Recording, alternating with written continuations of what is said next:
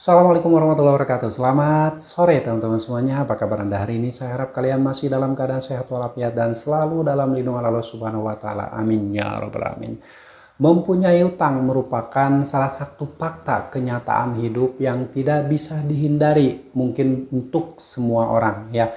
Dan penyebab orang sampai berutang salah satunya adalah karena mungkin memiliki penghasilan yang tidak sesuai atau memiliki penghasilan yang tidak bisa mencukupi kebutuhannya sehingga terpaksa banyak orang yang berutang. Namun, jika Anda saat ini dihadapkan pada situasi yang sulit, penghasilan Anda mungkin tidak mencukupi kebutuhan Anda, terus keinginan Anda yang tidak bisa terpenuhi, saya sarankan jika memang Anda terpaksa harus berhutang, berhati-hatilah dan bijaklah dalam berhutang.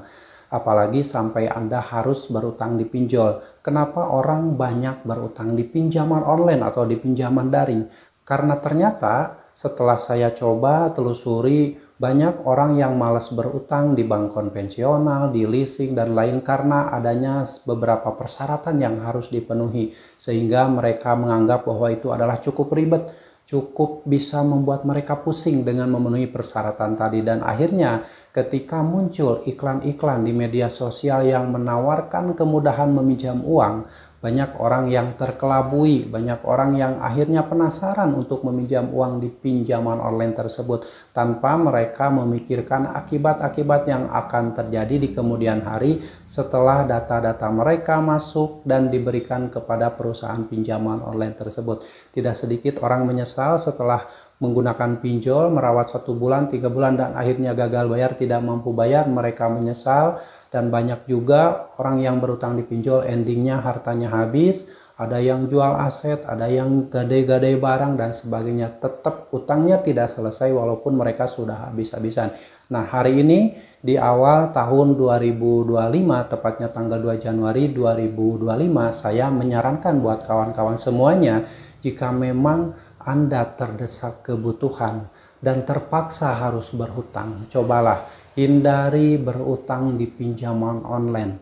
Kenapa? Karena di pinjaman online itu banyak hal yang mungkin tidak Anda ketahui. Seperti ketika Anda pinjam uang di pinjol, walaupun persyaratannya mudah, Anda akan dibebankan dengan biaya layanan, biaya administrasi, biaya asuransi, dan biaya lain yang itu dibebankan di awal ketika Anda meminjam uang di pinjol tersebut. Contoh, Anda pinjam 1 juta rupiah, yang Anda harapkan pasti Anda menerima uang 1 juta rupiah tersebut. Ternyata setelah dipinjam, setelah dicairkan, yang cair ke rekening Anda hanya 723.000. Nah, Anda pasti yang pertama kali meminjam uang di pinjol akan terkejut karena harapan Anda meminjam uang 1 juta itu dicairkannya 1 juta rupiah. Karena kita tahu banyak orang yang terkelabui dengan iklan-iklan di media sosial di mana pinjam 1 juta rupiah, tenor 30 hari dikembalikan 1.050.000 rupiah.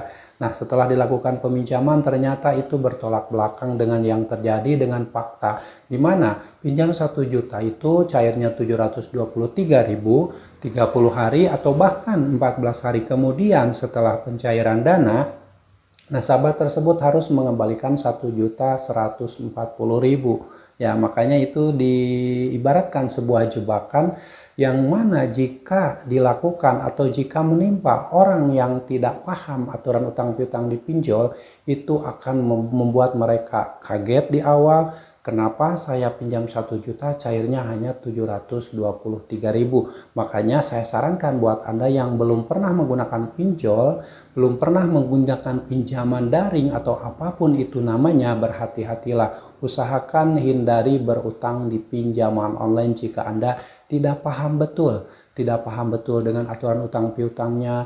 Anda tidak akan tahu ketika Anda baru jatuh tempo udah dimaki-maki. Anda tidak akan tahu ketika Anda tidak mampu bayar disuruh bayar biaya perpanjangan tenor. Padahal itu hanyalah sebuah jebakan untuk terus menguras harta benda Anda ya. Berhati-hati, hindari berutang di pinjaman online. Dan kalau memang ternyata fakta Anda harus berutang, misalkan di bank konvensional atau di leasing, usahakan ketika Anda berhutang, jumlah cicilan yang harus Anda bayarkan itu tidak boleh melebihi 20% dari penghasilan kalian per bulan. Sebagai contoh, misalkan Anda meminjam uang di salah satu bank konvensional atau di leasing dengan jumlah cicilan 1 juta rupiah, maka penghasilan Anda itu tidak boleh kurang dari 5 juta rupiah ya. Karena kenapa? Kalau misalkan penghasilan Anda 5 juta rupiah lalu cicilan Anda per bulan 4 juta rupiah, itu akan berpotensi Anda terjerat utang yang semakin besar. Makanya berhati-hatilah ketika Anda berutang maupun di bank konvensional, apalagi di pinjol. Di pinjol itu banyak orang yang 99% menyesal ketika berutang di pinjol. Awalnya mereka hanya tergiur dengan tawaran iklan yang menipu. Setelah dilakukan peminjaman ternyata banyak orang yang terjerat dan akhirnya endingnya menyerah, gagal bayar, datanya tidak disebar, mereka dimaki-maki, dianggap sampah. Padahal banyak juga orang yang berutang di pinjol sudah berusaha membayarkan tepat waktu, merawat, lalu membayarkan sebelum jatuh tempo. Tapi faktanya di saat menghadapi kesulitan tidak mampu bayar, mereka dimaki-maki, dianggap sampah oleh pinjaman online tersebut. Nah makanya buat kawan-kawan, di awal tahun 2025 ini jika memang Anda terpaksa harus berhutang, hati-hatilah ketika Anda berutang, apalagi di pinjaman online. Usahakan hindari berutang di pinjol. Cobalah kalau terpaksa harus berutang, mencari utangan lain di luar pinjaman online. Tapi kalau misalkan Anda percaya diri dengan kemampuan Anda bahwa Anda itu bisa hidup tanpa utang, saya yakin Anda bisa melewati hidup itu tanpa utang. Nah, makanya bijaklah dalam berutang, cicilan Anda tidak boleh melebihi 20% dari jumlah penghasilan kalian. Oke ya teman-teman, itu hanyalah sebuah sharing saja, semoga bermanfaat dan semoga bisa memotivasi kalian untuk segera menjauhi hutang pinjaman online.